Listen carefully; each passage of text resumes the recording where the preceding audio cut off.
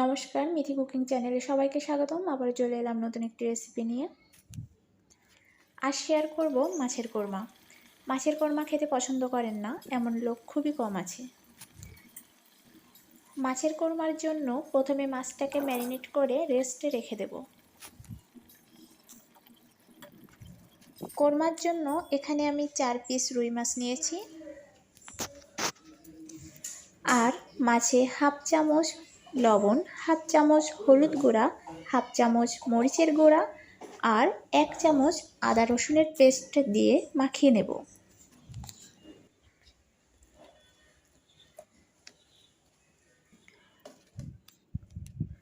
কোরমা রান্নার জন্য এবার প্যানে 1/3 কাপ তেল দিয়ে দিয়েছি, আর এই তেলে 1 চামচ ঘি দিয়ে দেব। এবার 4টা মাঝারি সাইজের পেঁয়াজ নেড়েচেড়ে বেরেস্তা করে নেব।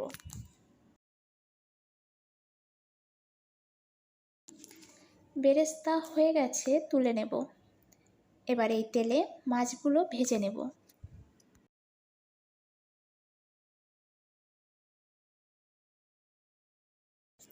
মাছগুলো দুপাশই লাল করে ভেজে নিয়েছি, এখন তুলে নেব। এবার এই তেলে 2টা তেজপাতা, 2টা এলাচ, 4টা লবঙ্গ, 1 টুকরা দারচিনি ফোড়ন দেব।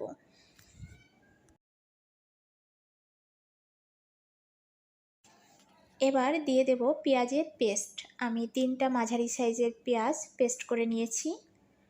পেঁয়াজটা তত সময় পর্যন্ত ভাজবো যত সময় পর্যন্ত পেঁয়াজের কাঁচা গন্ধটা না যায়।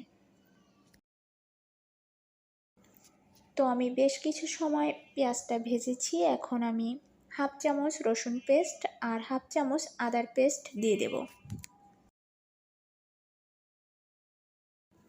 তো এটাও বেশ কিছু সময় ধরে ভাজবো।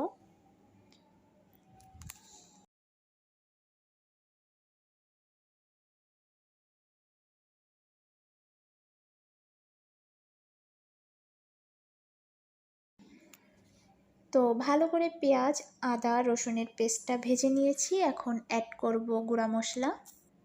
তো এখানে নিয়েছি স্বাদ মতো লবণ, হাফ চামচ হলুদ গুঁড়া, 1 চামচ মরিচের গুঁড়া, হাফ চামচ ধনে গুঁড়া আর নিয়েছি হাফ চামচ জিরা গুঁড়া। তো গুঁড়া মশলা দেওয়ার সময় চুলার জাল লোতে রাখতে হবে। আর এবার দিয়ে দেব সামান্য পরিমাণ জল, যাতে মশলাটা পুড়ে না যায়।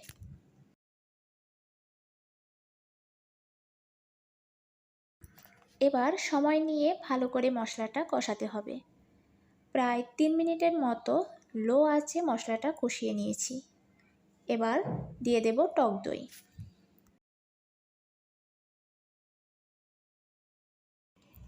এখানে 3 চামচ টক দই, 4 চামচ দুধ দিয়ে ভালো করে ফেটিয়ে নিয়েছি।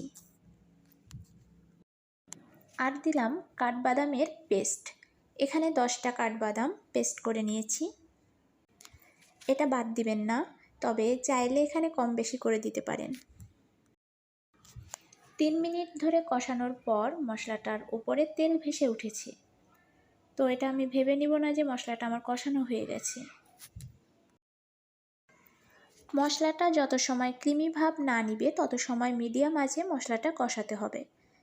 তো আমাকে এখনও অনেকটা সময় মিডিয়াম আঁচে মশলাটা কষাতে হবে।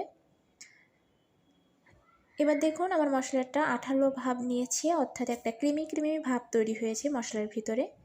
তো আমি এখানে প্রায় 7 মিনিট ধরে মিডিয়াম আঁচে মশলাটা কষিয়েছি, অর্থাৎ 2 মিনিট। তারপরে আরও 5 মিনিট ধরে মশলাটা কষিয়েছি।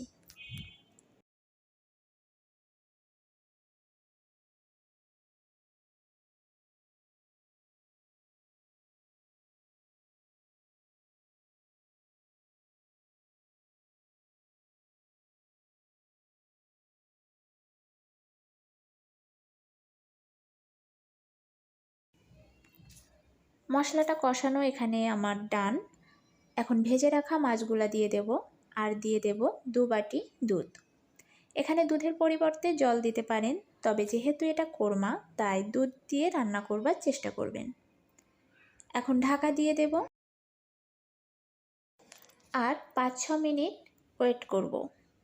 5-6 মিনিট পর ঢাকা তুলে মাছগুলা একটু নাড়াচাড়া করে দিব।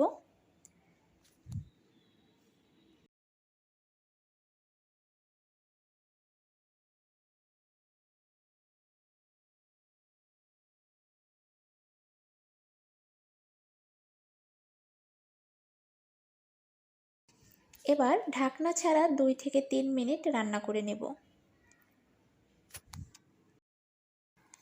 তো প্রায় 3 মিনিট রান্না করবার পর এখন অর্ধেকের বেশি পেঁয়াজ বেরেস্তা হাতের মুঠোয় নিয়ে ক্রাশ করে দিয়ে দিলাম। বেরেস্তা দেবার পর আরও 2 মিনিট রান্না করব। আপনারা চাইলে পুরো বেরেস্তাটা দিয়ে দিতে পারেন, তবে আমি এখানে গার্নিশিংয়ের জন্য কিছুটা রেখেছি। এটা অপশনাল, আপনারা চাইলে রাখতেও পারেন আবার নাও রাখতে পারেন। তো আমি আর ঝোল কমাবো না, তাই ফিনিশিংয়ে দিয়ে দেব সামান্য গরম মশলা আর 1 চামচ ঘি। এই দুটো জিনিস বাদ দিবেন না। আমি চুলা বন্ধ করে দিয়েছি। এখন ঢাকা দিয়ে চুলার ওপর 1 থেকে 2 মিনিট রেখে দেব। যদিও 2 চামচ ঘি দিয়ে রান্নাটা করেছি, কিন্তু যখন ঢাকনাটা খুলব তখন মনে হবে পুরো রান্নাটা ঘি দিয়েই করেছি। তো এটা বাদ দিবেন না, এটা করবার চেষ্টা করবেন। রেসিপিটি ভালো লাগলে প্লিজ লাইক, কমেন্ট, শেয়ার করুন আর সাবস্ক্রাইব করে চ্যানেলটিকে এগিয়ে যেতে সাহায্য করুন। ধন্যবাদ।